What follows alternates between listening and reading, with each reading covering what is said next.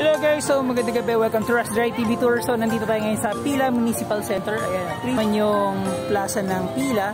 So merong malaking Christmas tree na may ilaw. So actually nagkaroon dito ng ng parol contest. Schools and mga schools tsaka sa munisipyo yata. And ayun yung church. Ayan, ayun yung church. So meron sila dito, Pasko Titap sa Pila.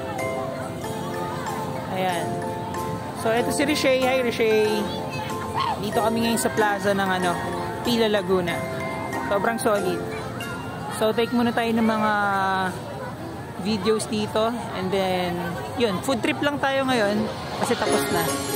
Alright, guys. Check nyo to.